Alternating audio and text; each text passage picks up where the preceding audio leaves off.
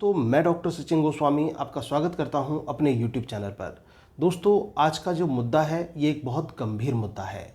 ये कोई न्यूज़ नहीं है, बल्कि यूं कह लीजिए कि एक बहुत ही एक दर्द भरा विषय मैं आज आपके सामने लेकर आया हूं। और ये जो दर्द से भरा हुआ विषय है यह है कोचिंग संस्थान को लेकर। जैसा कि हम जानते हैं कि कोविड-19 के चलते हुए समूचे देश में लॉकडाउन लगा हुआ है और लॉकडाउन की वजह से जो कोई भी कार्य नहीं चल पा रहा है। और ऐसे में एक खबर यह आती है कि अगस्त तक जितने भी कोचिंग और कॉलेजेस हैं वो तो पूरी तरह से बंद रखे जाएंगे। और दोस्तों, सबसे बड़ी बात यह है कि कोचिंग संस्थानों का जो ये लॉकडाउन है यह तो एक वर्ष से, मैं कहूँगा कि एक वर्ष से चल रहा है।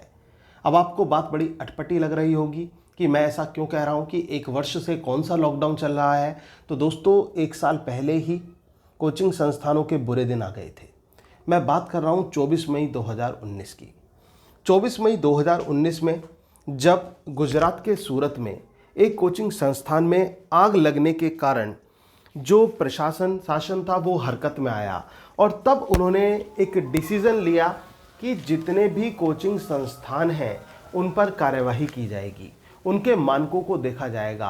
अब मानक ये देखा जाए, अगर जो पहले से कोचिंग संस्थानों को अवगत होता तो वो मानकों को पहले से पूरा करके रखते। लेकिन आपको पता होगा जो महानगर होते हैं, जो बड़े शहर होते हैं, वहाँ पर जगह मिलना बहुत कठिन होता है। अगर जैसे तैसे जगह भी मिल जाए तो फिर उसे बदलना बहुत कठिन हो जाता है, क्योंकि आपको पता ही है ये महंगाई इतनी बड़ी हुई है। जैसे तैसे एक शिक्षक करके एक जगह का जुगाड़ करता है और फिर उसके बाद वो उससे ये कहा जाए कि आपके मानक पर खरी नहीं उतर रही है, तो सोचो उस शिक्षक का क्या होगा, उसके कोचिंग संस्थान का क्या होगा। तो ये मान के चलिए कि 24 मई 2019 से जब पूरे देश में जो शासन प्रशासन सब हरकत में आ गए और उन्होंने कोचिंग सेंटर्स पर लगाम कसनी चालू कर दी।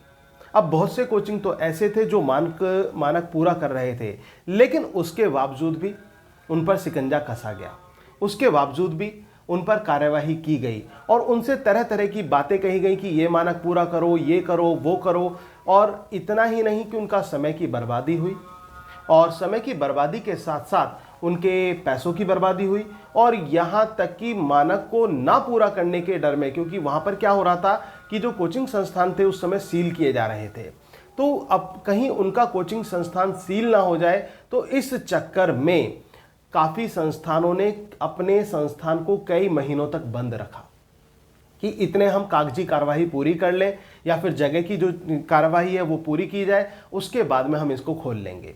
ये हालत रही, क्योंकि आपको पता ही है कि सरकार से जुड़ा हुआ अगर जो कोई काम होता है उसको आप सोचें कि आपका 2 दिन में हो जाए, 4 दिन में हो जाए, नहीं हो पाता, उसमें टाइम लग जाता है। कोचिंग संस्थान मालिकों ने और अध्यापकों ने सोचा कि 1 महीना लग जाएगा, 2 महीने लग जाएंगे, लेकिन उनकी तो फायर की एनओसी तक नहीं हुई 2 महीने में। कभी कोई मीटिंग होती रही, कभी कोई मीटिंग होती रही और यहाँ तक कि जो अग्निशमन विभाग है उनसे भी उनको एनओसी आसानी से नहीं मिल पाई।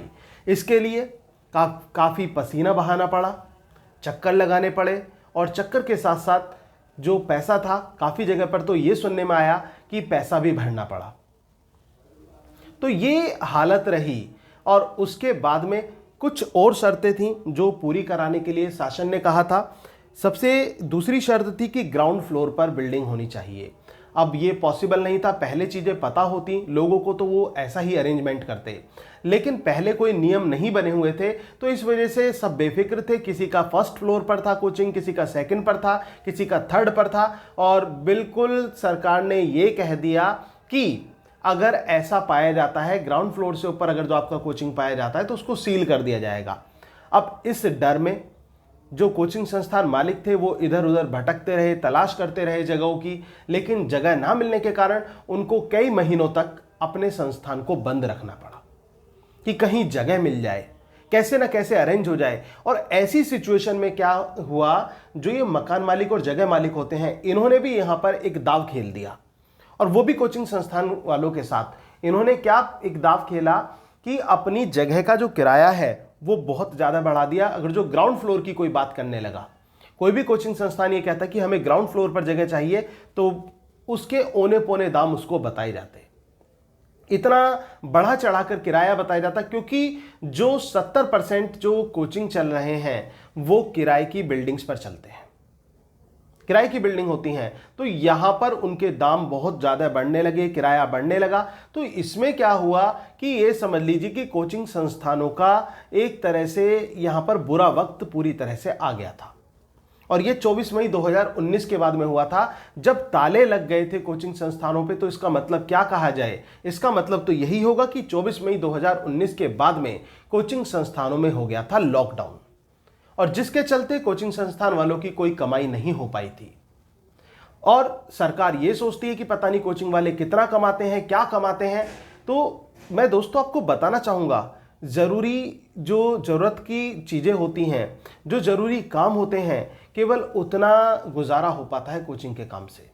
ऐसा नहीं है कि हर किसी का कोचिंग बहुत टॉप क्लास में होता है। कुछ कोचिंग संस्थान तो ऐसे होते हैं जिनमें 50 से 60 स्टूडेंट्स ही होते हैं, कुछ ऐसे होते हैं जो 50 से 100 के बीच में होते हैं, कुछ इससे भी कम वाले हो सकते हैं, और कुछ होते हैं जो अच्छे रेंज में चलते हैं।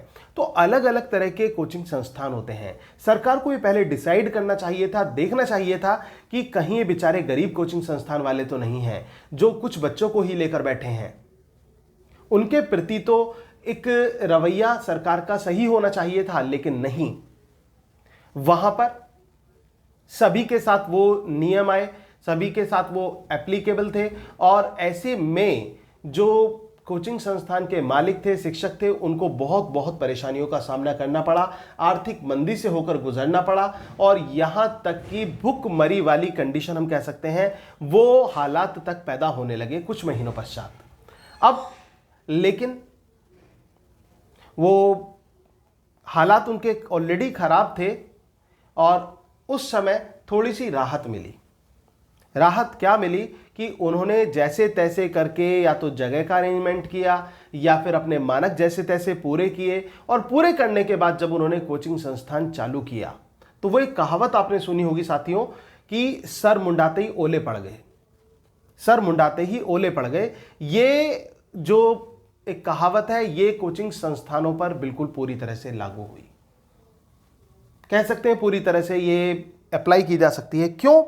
क्योंकि जब स्थिति पटरी पर आने लगी तभी कोरोना वायरस ने यहां पर पैर पसार लिए, और उसके चलते फिर आदेश आया कि समूचे देश को लॉकडाउन किया जाएगा, और यहां से हो गई बिल्कुल मट्टी पलीत, बिल्कुल खराब। तो कोचिंग संस्थानों के दिन तो बहुत खराब होने लगे। हर कोई बात कर रहा है जॉब करने वाले लोगों की, टीचर्स की बात हो रही है, अध्यापकों की बात हो रही है कि सैलरी नहीं मिली। ये मुद्दा मैंने पहले भी रखा था कि डिग्री कॉलेज में जो सेल्फ फाइनेंस में जो अध्यापक हैं या फिर पब्लिक स्कूल्स में जो टीचर्स हैं, उनकी सैलरी नहीं दी गई। ये मुद्दा, इस पर भी मैं वीडियो लेकर आया था, लेकिन उसके साथ साथ हम इस मुद्दे को इग्नोर कर गए, अनदेखा कर गए कोचिंग संस्थानों के मुद्दे को। अरे इनकी कौन सुनेगा, ये तो बेचारे खुद कमाने वाले हैं, कोई चीज तो बेचते नहीं है, शिक्षा को बेचते हैं। शिक्षा है, और सरकार इस समय आपकी स्थिति ऐसी है कि सरकार ने साफ लॉकडाउन किया हुआ है, और देखा जाए तो सरकार का डिसीजन सही भी है, क्योंकि अगर जो इस वायरस को रोकना है तो नियंत्रण ऐसे ही पाना होगा। लेकिन दूसरी तरफ मैं एक गुजारिश ये सरकार से करना चाहूंगा कि कोचिंग संस्थानों की तरफ भी ध्यान दिया जाए, उनको भी कुछ एक तरह से हम कह सकते हैं कि कंपनसेशन कुछ ऐसा दिया जाए कि ताकि उनका जो एक खर्चा है वो चल सके। कोचिंग संस्थान के जो मालिक हैं, जो अध्यापक हैं, उनको भी सरकार कोशिश करे कि किसी तरह से आर्थिक मदद उनकी करे। मेरी केवल ये रिक्वेस्ट है सरकार से, और मैं इस माध्यम से यही आपसे कहना चाहता हूं कि इस वीडियो को ज्यादा से ज्यादा लोगों तक पहुंचाओ, ताकि जो सरकार है उसको भी पता चल सके, और शासन प्रशासन जो है वो इस पर जो थोड़ा सा गंभीर हो सके, और जो स्थिति बनी है कोचिंग संस्थान वालों की, उनके ऊपर गौर किया जा सके। जो ऐसे कोचिंग संस्थान हैं जो रजिस्टर्ड हैं, जो बाकायदा सरकार से मान्यता प्राप्त है, उन पर सरकार को सोचना चाहिए कि जब हम आपके लिए सोच रहे हैं तो क्या आप हमारे लिए नहीं सोचेंगे आज हमारे बुरे दिनों में। ये सोचना चाहिए।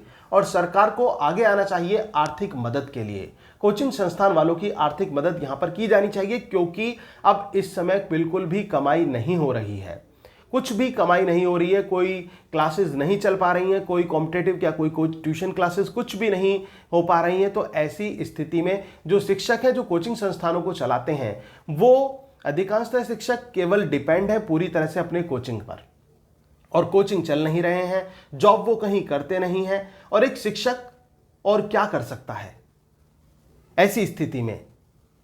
तो कहीं कुछ इस तरह की कोई घटना ना घट जाए, अप्रिय घटना, तो इससे पहले सरकार को सचेत हो जाना चाहिए, सरकार को थोड़ा सा एक्शन में आ जाना चाहिए। इनकी मदद के लिए आर्थिक मदद का ऐलान किया जाना चाहिए कोचिंग संस्थान चलाने वालों के हित में, क्योंकि यहां पर ऐतराज करने वाली बात नहीं है, लेकिन जो अदर व्यापार कर रहे हैं, अदर बिजनेस कर रहे हैं, उसमें हमने फिर भी देखा है कि चोरी छुपे, चाहे घर से बेचें, चाहे वो बाजार से बेचें, वो अपना सामान किसी न किसी तरह से निकाल रहे हैं, चाहे वो ऑनलाइन के माध्यम से निकाल रहे हैं। लेकिन एक शिक्षक कहां जाए, कैसे करे? और सबसे बड़ी बात यह है कि ऑनलाइन कोई बच्चा पेड क्लासेस नहीं लेना चाहता, ऑनलाइन पेड नहीं पढ़ना चाहते बच्चे।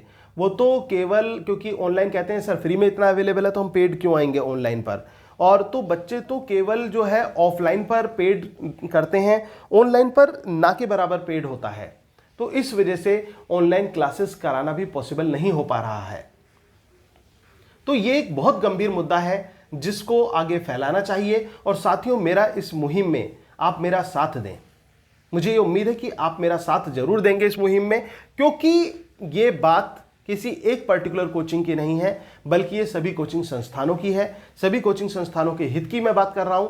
तो हमें आवाज़ उठानी पड़ेगी, हमें उसके लिए बोलना पड़ेगा, लड़ना पड़ेगा, और सरकार से आर्थिक मदद के लिए हमें लड़ना होगा और इस बात को सरकार तक पहुंचाना होगा। तो ये बहुत ज़रूरी है दोस्तों। उम्मीद है कि आपको ये वीडियो अच्छी लगी होगी। तो दोस्तों, अगर इस वीडियो से आपको कोई मैसेज मिला हो तो प्लीज़ उसे फॉरवर्ड ज़रूर करें इस वीडियो को, और लाइक शेयर और कमेंट करना ना भूलें। Thank you very much.